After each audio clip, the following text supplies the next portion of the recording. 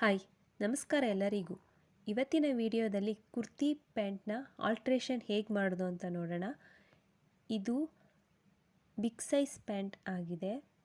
ಇದನ್ನು 6th ಇಂದ 10th ಮಕ್ಕಳವರೆಗೂ use ಮಾಡ್ಬೋದು. ಇದು ಯೂನಿಫಾರ್ಮ್ ಬಟ್ಟೆ, ವೈಟ್ ಕಲರ್ದು.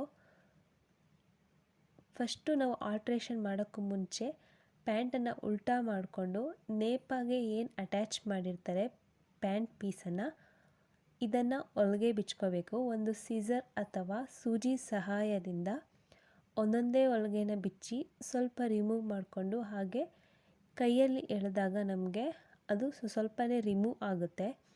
ಇದೇ ಥರನೇ ನೇಪ ಪೂರ್ತಿ ಏನು ಅಟ್ಯಾಚ್ ಮಾಡಿರ್ತಾರೆ ಪ್ಯಾಂಟ್ ಪೀಸ್ ಜೊತೆ ಈ ಥರ ನೀಟಾಗಿ ತೆಗಿಬೇಕಾಗುತ್ತೆ. ನೋಡಿ, ಈ ಥರ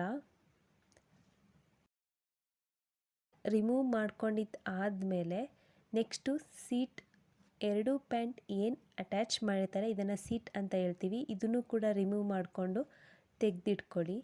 ನೆಕ್ಸ್ಟು ಕಟ್ಟಿಂಗ್ ಮಾಡೋಣ. ಕಟ್ಟಿಂಗ್ಗೆ ಫಸ್ಟು ನೇಪ ತಗೊಳ್ಳಿ. ಇದನ್ನು ಲಾಡಿ ಏನು ಇರುತ್ತೆ ಅದನ್ನು ಫಸ್ಟು ರಿಮೂವ್ ಮಾಡಿಕೊಂಡು ತೆಗೆದಿಟ್ಕೊಳ್ಳಿ. ಇವಾಗ ಇಲ್ಲಿ ಮಧ್ಯದಲ್ಲಿ ಅಟ್ಯಾಚ್ ಮಾಡಿದ್ದಾರೆ ನೋಡಿ,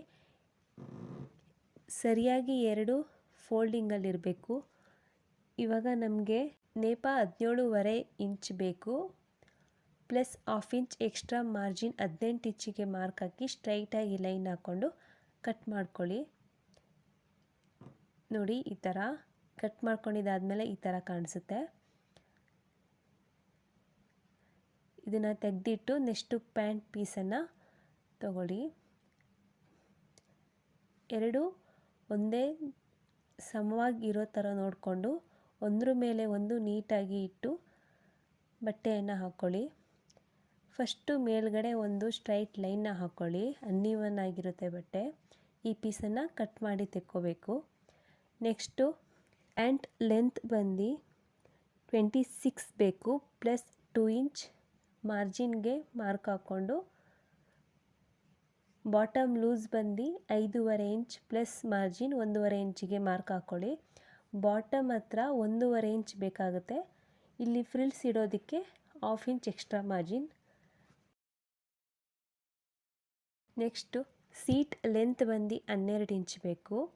ಹಾಗೆ ಸೀಟ್ ಡೌನ್ ಬಂದು 7 ಇಂಚು. 7 ಇಂಚಿಗೆ ಸ್ಟ್ರೈಟ್ ಮಾರ್ಕ್ ಹಾಕಿ 7 ಇಂಚ್ ಹತ್ರ 1.5 ಇಂಚಷ್ಟು ಕರ್ವ್ ಶೇಪಲ್ಲಿ ಡ್ರಾ ಮಾಡ್ಕೊಳ್ಳಿ. ಕರ್ವ್ ಶೇಪ್ ಡ್ರಾ ಮಾಡ್ಕೊಂಡಿದ್ದಾದಮೇಲೆ ಅಲ್ಲಿಂದ ಬಾಟಮ್ ಹತ್ರ ಕ್ರಾಸಾಗಿ ಇಟ್ಟು ಸ್ಟ್ರೈಟ್ನ ಲೈನ್ ಹಾಕ್ಕೊಳ್ಳಿ. ಇಷ್ಟೇ ಪ್ಯಾಂಟ್ ಪೀಸ್ನ ಕಟ್ಟಿಂಗ್ ಮಾಡುವಂಥದ್ದು. ಇದೇ ಥರನೇ ಪ್ಯಾಂಟ್ ಕೂಡ ಕಟ್ಟಿಂಗ್ ಮಾಡ್ಬೋದು. ಇವಾಗ ನಾನು ಇದನ್ನು ಕಟ್ ಮಾಡ್ಕೋತಾ ಇದ್ದೀನಿ.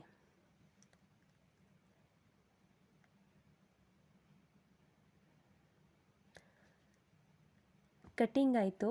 ಇವಾಗ ಸ್ಟಿಚಿಂಗ್ ಪಾರ್ಟ್ನ ನೋಡೋಣ. ಸ್ಟಿಚಿಂಗ್ ಮಾಡಬೇಕಾದ್ರೆ ಫಸ್ಟು ನೇಪ ತಗೊಳ್ಳಿ.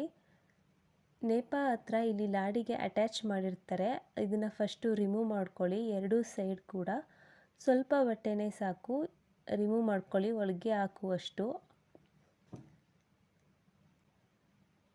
ನೋಡಿ, ಈ ಥರ ಎರಡೂ ಸೈಡ್ ಬಿಚ್ ಆದಮೇಲೆ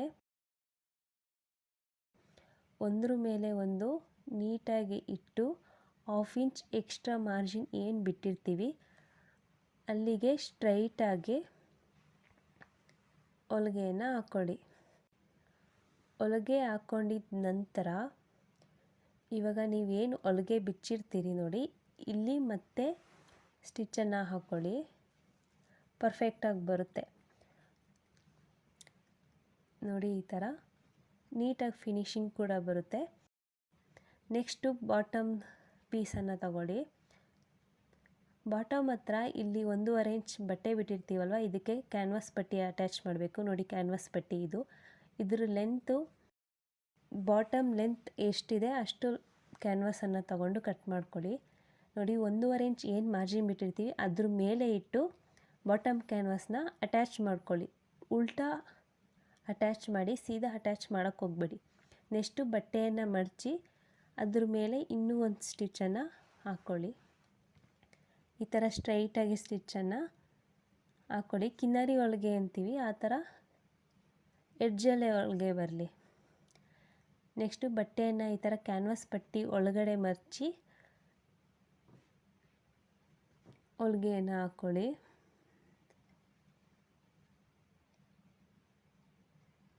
ಈ ಥರ ಸ್ಟ್ರೈಟಾಗಿ ಹೊಲಿಗೆ ಹಾಕ್ಕೊಂಡಿದ ನಂತರ ನೆಕ್ಸ್ಟು ನಾನಿಲ್ಲಿ ಮತ್ತೆ ಹೊಲಿಗೆಯನ್ನು ಹಾಕ್ತಿದ್ದೀನಿ.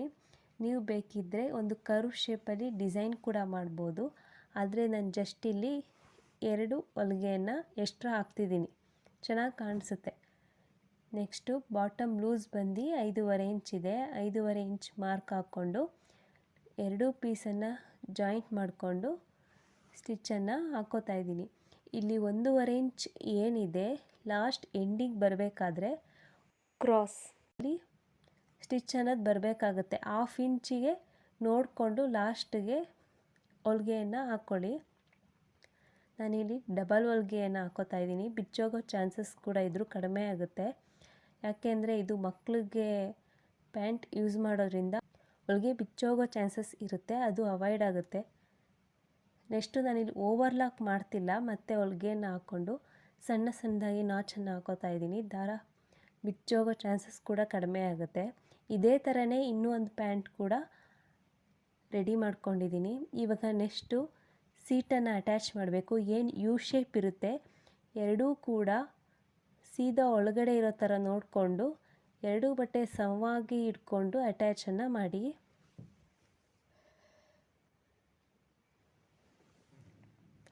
ಇಲ್ಲೂ ಕೂಡ ಡಬಲ್ ಹೊಲಿಗೆಯನ್ನು ಹಾಕೋತಾ ಇದ್ದೀನಿ.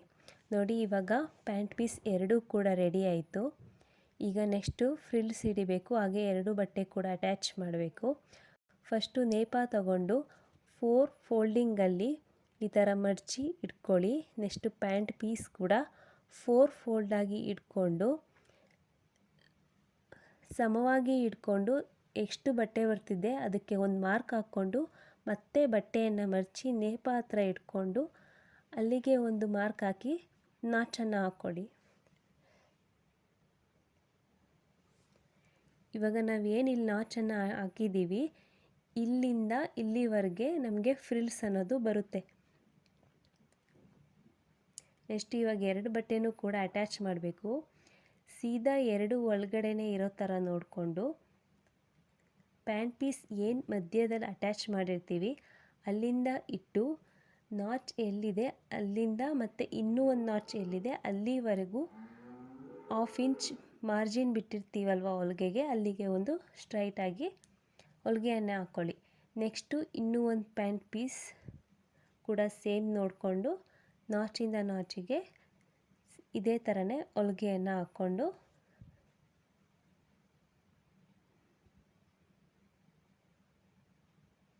ಈ ಥರ ಹೊಲಿಗೆಯನ್ನು ಹಾಕ್ಕೊಳ್ಳಿ. ಹೊಲಿಗೆ ಅನ್ನೋದನ್ನು ಕರೆಕ್ಟಾಗಿ ನಾಚ್ ಹತ್ರ ಎಂಡ್ ಮಾಡಿ. ಇವಾಗ ನೋಡಿ, ಇಷ್ಟು ಬಟ್ಟೆ ನನಗೆ ಫ್ರಿಲ್ಸ್ ಇಡಬೇಕಾಗುತ್ತೆ. ಫ್ರಿಲ್ಸ್ ಹಿಡಿಬೇಕಾದ್ರೆ ಫಸ್ಟು ಯಾವುದಾದ್ರೂ ಒಂದು ಸೈಡ್ ತೊಗೊಂಡು ನಿಮ್ಮ ಸೈಡ್ ಕೊಡಿ ಫ್ರಿಲ್ಸನ್ನು. ಈ ಥರ 1 ಇಂಚ್ ಒಳಗಡೆ ಹೋಗಿ ಬಟ್ಟೆ 1 ಇಂಚ್ ಫ್ರಿಲ್ಸ್ ಬರೋ ಥರ. ಬಟ್ಟೆ ಅನ್ನೋದು ಒಳಗಡೆ ನಾವು ಎಷ್ಟು ಕೊಡ್ತೀವಿ ಅಷ್ಟು ಫ್ರಿಲ್ಸ್ ಅನ್ನೋದು ಚೆನ್ನಾಗಿ ಕೂರುತ್ತೆ, ಹಾಗೆ ಚೆನ್ನಾಗಿ ಕಾಣಿಸುತ್ತೆ. ಈ ಥರ ಒಂದು ಸೈಡ್ ಆಯಿತು. ನೆಕ್ಸ್ಟ್ ಸೈಡ್ ಕೂಡ ಇದೇ ಥರನೇ ತಗೊಳ್ಳಿ. ಆದರೆ ಫ್ರಿಲ್ಸ್ ಹಿಡಿಬೇಕಾದ್ರೆ ಅಲ್ಲಿ ನಿಮ್ಮ ಸೈಡ್ ಕೊಟ್ಟಿದ್ರಿ, ಆದರೆ ಇಲ್ಲಿ ನೀಡಲ್ ಸೈಡ್ ಕೊಡಬೇಕಾಗತ್ತೆ. ಒಂದು ಸಲ ನಿಮ್ಮ ಸೈಡ್ ಕೊಡಬೇಕು, ಇನ್ನೊಂದು ಸಲ ನೀಡಲ್ ಸೈಡ್ ಕೊಡಬೇಕು. ಇಲ್ಲೂ ಕೂಡ ಅಷ್ಟೇ ಡಬಲ್ ಹೊಲಿಗೆಯನ್ನು ಹಾಕ್ಕೊಳ್ಳಿ. ಫ್ರಿಲ್ಸ್ ಹತ್ರ ನೋಡಿಕೊಂಡು ಹೊಲಿಗೆಯನ್ನು ಹಾಕಿ, ಅದು ಮಡ್ಚು ಥರ ಆಗಿರುತ್ತೆ, ಅದಕ್ಕೋಸ್ಕರ. ನೆಕ್ಸ್ಟು ಪ್ಯಾಂಟನ್ನು ಸೀದಾ ಮಾಡಿಕೊಂಡು ಇವಾಗ ನಾವೇನು ಅಟ್ಯಾಚ್ ಮಾಡಿರ್ತೀವಿ ಆ ಪೀಸು ನೇಪ ಮೇಲ್ಗಡೆ ಬರೋ ಥರ ಮೇಲ್ಗಡೆ ಸ್ಟಿಚ್ ಹಾಕೋಬೇಕಾಗುತ್ತೆ. ಈ ಥರ ಸ್ವಲ್ಪನೇ ಬಟ್ಟೆಯನ್ನು ಮೇಲಕ್ಕೆ ಜರಿಸಿ ನಿಧಾನವಾಗಿ ಹೊಲಿಗೆಯನ್ನು ಹಾಕ್ಕೊಂಡು ಬನ್ನಿ. ಈ ಥರ ಹೊಲಿದ್ರೆ ನೀಟಾಗಿ ಕಾಣುತ್ತೆ ಪ್ಯಾಂಟು. ಸೊ ಅದಕ್ಕೋಸ್ಕರ ಈ ಹೊಲಿಗೆನ ಸ್ಕಿಪ್ ಮಾಡೋಕ್ಕೆ ಹೋಗಬೇಡಿ. ನೋಡಿ, ಈ ಥರ ಪ್ಯಾಂಟ್ ಎಷ್ಟು ಕ್ಲೀನಾಗಿ ಕಾಣ್ತಿದೆ ನೋಡಿ. ಕೆಳಗಡೆ ಬಾಟಮ್ ಕೂಡ ಅಷ್ಟೇ. ನೋಡಿದ್ರಲ್ಲ ಫ್ರೆಂಡ್ಸ್, ಎಷ್ಟು ಈಸಿಯಾಗಿ ದೊಡ್ಡ ಸೈಜ್ ಪ್ಯಾಂಟನ್ನು ಚಿಕ್ಕದಾಗಿ ಹೇಗೆ ಆಲ್ಟರ್ ಮಾಡ್ಬೋದು ಅಂತ. ಈ ವಿಡಿಯೋ ನಿಮಗೆ ಇಷ್ಟ ಆಗಿದರೆ ಪ್ಲೀಸ್ ಲೈಕ್ ಮಾಡಿ, ಶೇರ್ ಮಾಡಿ. Thank you.